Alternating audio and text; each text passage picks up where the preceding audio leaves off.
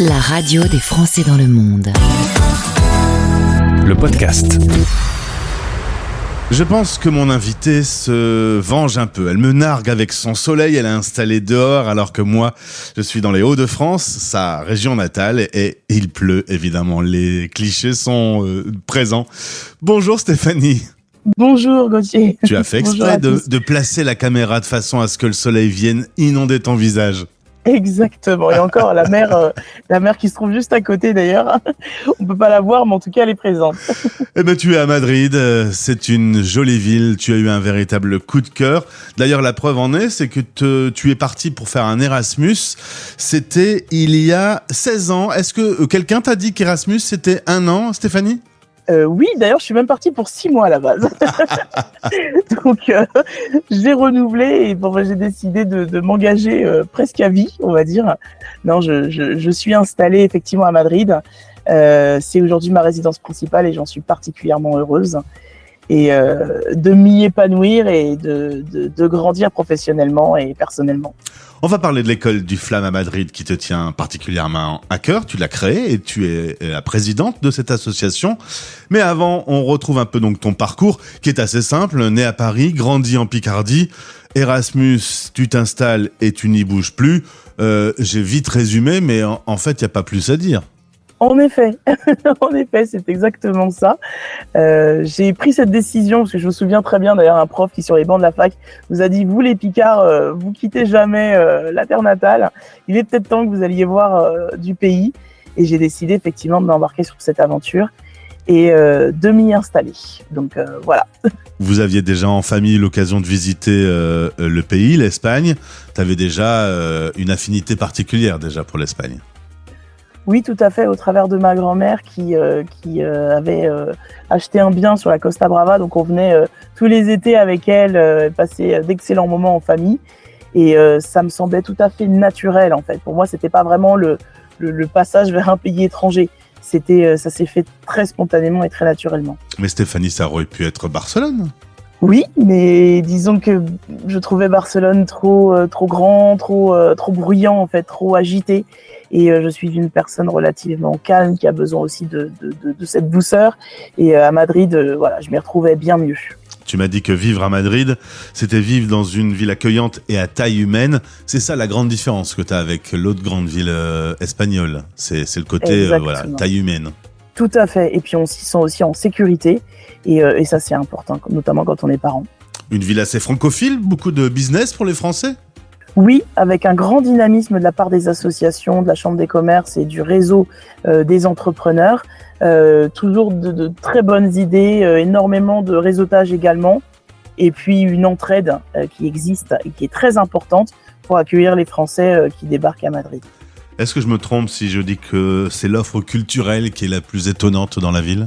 En effet, alors on a la chance d'avoir Guernica ici. Donc effectivement, oui, c'est son offre culturelle avec ses merveilleux musées et notamment musées et offres culturelles sur le monde. C'est-à-dire que là, on accueille en fait une merveilleuse expo de Monet en ce moment, fascinante. Donc ici, on s'ennuie pas. Et des offres culturelles à proposer aux enfants, on en a tout le temps. De temps en temps, tu rentres en France, 1 à 4 fois par an. On n'est pas si loin que ça. Mais je me doute que lorsque tu arrives en Picardie, notamment un jour comme aujourd'hui, tu dois être pressé de retourner sous le soleil de Madrid. En effet.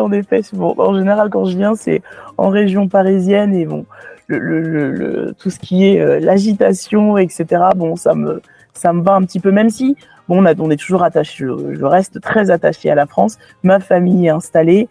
Ça me fait plaisir d'y revenir, en effet. Et puis, surtout, on va puiser, on va dire, aussi des bonnes idées à répliquer, on va dire, ailleurs. Donc, c'est toujours intéressant de revenir, mais encore mieux de repartir. En parlant de bonnes idées, Stéphanie Adélaïde, mon invitée, dans le cadre du partenariat avec Flamme Monde, a eu cette belle idée de monter l'école du Flamme à Madrid. Le projet est né en 2014. Vous allez sur vos 10 ans, vous allez faire la fête. Exactement, une énorme fête est prévue au mois de janvier où on va accueillir tout l'écosystème, on va dire, autour de la communauté éducative et flamme à Madrid.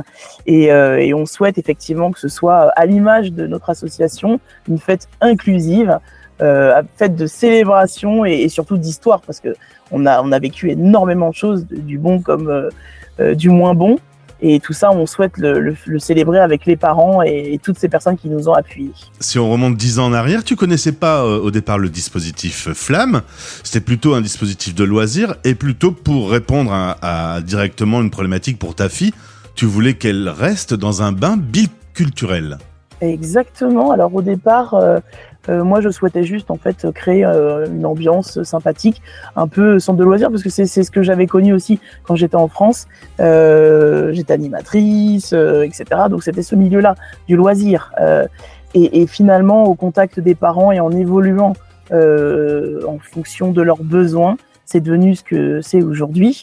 Mais au départ, c'était le principal objectif. C'était proposer à ces enfants de rester connectés avec la culture d'origine. Parce que s'il se passe rien, vivant en Espagne, avec des copains d'école qui parlent tous espagnol, forcément, on se détache tout doucement de sa culture d'origine ? Non seulement ça, donc on perd effectivement la langue, ça devient moins évident. Puis en plus, c'est une langue et une culture très forte, la culture espagnole. Donc très facile aussi dans ses mots. Et elle demande moins d'efforts. La langue française est une langue peut-être un peu plus fine, un peu plus juste et plus complexe à utiliser et à maîtriser. Et le choix est rapide en fait pour les enfants. D'ailleurs, j'ai des enfants francophones qui entre eux jouent en espagnol. Donc le choix est assez effectivement vite fait. Donc quand ils ne pratiquent pas cette langue, ils la perdent. Et aujourd'hui, j'ai des grands-parents qui rattrapent le coche avec leurs petits-enfants, on va dire, parce qu'en une génération, on perd facilement sa langue. Et moi, je trouvais ça dommage en fait, parce que tout le lien qu'il y a derrière est perdu. Alors, Stéphanie, aujourd'hui, tu peux être assez fière, toi et toute l'équipe de l'école du Flamme à Madrid. 500 enfants sont passés dans cette association. Ça fait quand même une belle participation à la culture française. En effet, certains, la majorité d'ailleurs, sont toujours avec nous et continuent de grandir à nos côtés. Et pour tout ça, effectivement, on en est très très fiers. Et quand je regarde un petit peu en arrière, tout le travail qui a été fourni, tout ce qui a été proposé, la façon dont ça a évolué, je ne peux en être que fier, en effet. Et le système Flamme s'est rodé avec le temps. Aujourd'hui, tu considères que c'est un enseignement de très bonne qualité. Tout à fait. On a basculé de l'offre ludique loisir à un enseignement de la langue française de bonne qualité, reconnu, comme je disais, par l'écosystème Flamme. Et ça se voit, en fait, tout simplement, par les projets ou les productions fournies par nos enfants, tant par l'écrit. En fait, on participe à un super projet sur le journalisme cette année. Les enfants ont un niveau de langue qui est assez spectaculaire, en fait, qui leur permettent facilement d'intégrer un lycée français, de se réintégrer dans le système scolaire ordinaire en France, ou tout simplement de penser à leurs études supérieures en France. Et ça, c'est leur offrir une opportunité incroyable pour leur avenir. Sur la radio des Français dans le monde, une famille va s'installer à Madrid ou vient de s'installer. Comment on vous contacte ? Comment on entre en relation avec vous ? Alors, on peut facilement nous trouver, notamment lorsqu'on va sur le site du consulat. C'est un peu le premier pas quand on s'installe dans un pays. Donc, dans la liste des associations aussi, en passant par les médias locaux dans lesquels nous sommes présents. Et puis, un bon référencement également sur Internet lorsqu'on tape, je sais pas, par exemple, apprendre le français ou jouer en français ou centre de loisirs. Eh ben, il est très facile en fait de connecter avec notre association et de pouvoir entrer en contact avec nous. Eh bien, si tu veux bien, je vais souhaiter à toute l'équipe, tous ceux qui ont travaillé à bord de l'école du Flamme à Madrid, avec un peu d'avance, un bon anniversaire. Les liens pour découvrir votre site sont dans ce podcast. Et puis, vous faites partie maintenant de la fédération Flamande. Ça crée une nouvelle synergie autour du concept Flamme. Exactement. Ça a été un bouleversement, je dirais, spectaculaire, qui nous a donné un élan incroyable. Parce qu'on a pu se regarder en face en se disant mince, on n'est pas tout seul en fait, on est 150 et quelques dans le monde à faire la même chose, Et là, tout d'un coup, ça nous a propulsé, je dirais, au sommet de ce qu'on faisait, parce qu'en réalité, quand on le fait tout seul, on a l'impression que c'est un petit projet isolé. Puis finalement, on se rend compte que, à mon échelle, c'est 500 enfants qui sont passés par le projet, puis on se rend compte que c'est 13 000 à échelle internationale, c'est énorme. Donc effectivement, ça permet de travailler ensemble, de partager des expertises et de grandir ensemble. Au-delà de ça, je tiens quand même à préciser que nous avons un réseau au niveau local, donc le réseau Flamme Ibérique, Espagne et Portugal. Et ça aussi, ça nous aide pas mal à grandir. On se rassemble physiquement tous les ans, on se forme ensemble, on échange des projets et pas mal d'idées. Et ça, c'est génial. Il n'y a rien de tel que la synergie. Ensemble, on est plus fort. Exactement. Stéphanie, merci pour ce témoignage. Au plaisir de te retrouver. Avec plaisir. À bientôt. Vous écoutez Les Français parlent au français, parrainé par Bayard Monde. Bayard Monde, c'est une équipe de 30 délégués présente sur 5 continents pour vous abonner au magazine Bayard et Milan.